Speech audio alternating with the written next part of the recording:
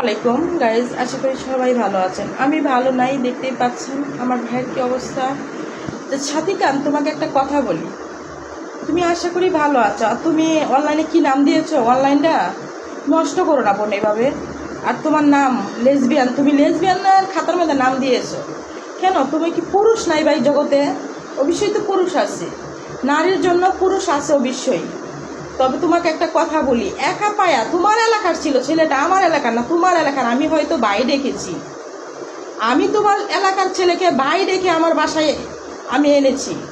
তো তুমি একা অবস্থায় মারছো ভাই। আমার বাসার ঠিকানা তো তুমি জানো, তা আমার বাসায় চলে আসো, তোমার এত সাহস।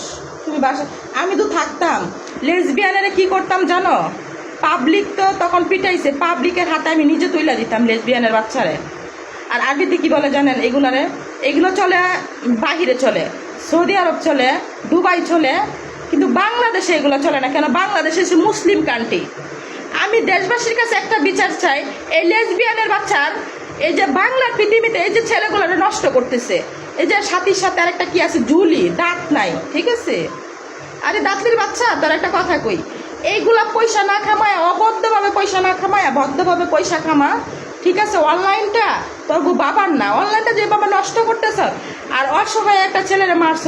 তা আমি মনিকা চৌধুরী বলছি, তা আমার বাসায় আস, আর তুই ঠিকানা দে, আমি কোথায় আসবো? আর তোর সাথে কিছু চ্যাংরা প্যাংরা আছে, ঠিক আছে? চ্যাংরার বাচ্চা তোর, আমি বলতেছি তুই লাইনে থাক। আর তুমি কিছু বলবা আমার সদস্য ব্যাপারে? এটি প্রোগ্রামে গেছিলাম, এটি রিনা খানের আপু প্রোগ্রামের সাথে ইনভাইট ছিল না যাতে। তারপর লাস্টে বলেছি, মনি ভাই আপনি একটা বড় সেলিব্রিটি, আপনি আসবেন, আমরা অনেক খুশি হব। লাস্টে ইনভেস্ট করেছি আমায়, তো লাস্টে আমি কথা দিয়েছি, আমি জবান দিলে জবানটা রাখি। তো তার প্রোগ্রামে গেলাম, আমাকে যতটুকু সম্মান করেছি, কিন্তু আমি তো জানি না এই ফলো প্রমাণ করে আমাকে মারবে। আমি সে আক্রমণ করবে, আমার তো সামনে যদি অত ক্ষমতা ছিল, সামনে থেকে হিট করবো, পিছন থেকে 10-15 জন যে আমাকে হিট করেছে, পরে থেকে বাড়ি চল। আশা করি। আচ্ছা ভাইয়া, এখন অনলাইন বাসী যে আমাদের, তোমার যে বিচারটা, তুমি কি চাও? বিচার চাও না? অবশ্যই বিচার চাই। অনলাইনের বাসীর কাছে আমার একটাই অনুরোধ, ছেলেটা হয়েছে রাজশাহী থেকে ঢাকা বেড়াইতে আসছে, ঢাকা থাকলে আপনাদের কাছে বিচার চাইতাম না। আমি সবারই মেহমান, উনি এখন বর্তমানে আপনাদের কাছে আমি হাত অনুরোধ করে আমি আপনাদের কাছে একটা কথাই বলবো, আমরা এটার বিচার চাই, এটার বিচার চাই অনলাইনের ভিতরে। আপনারা অবশ্যই আমাদের পাশে থাকবেন, আপনারা পাশেও আমি থাকবো।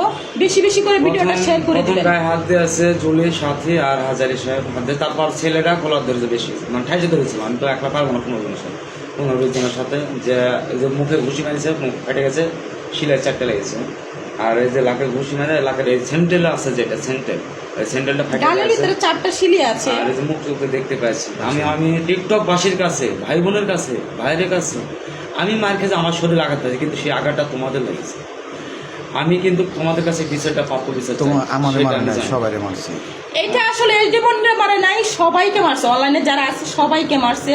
আর তারা যে একটা ব্যবসা শুরু করছে, এই ব্যবসা তাদেরকে আমরা অনলাইন থেকে বিদায় করতে হবে।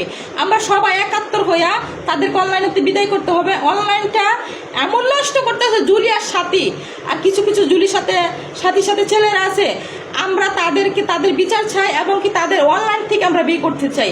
আর তার প্রতিতে আপনারা যেটা বলবেন সেটাই আমরা করব। আপনারা অপেক্ষায় ছিলাম, অবশ্যই কমেন্ট বক্সে আপনারা জানিয়ে দিবেন। তো ভালো থাকবেন, সুস্থ থাকবেন, আল্লাহ হাফেজ।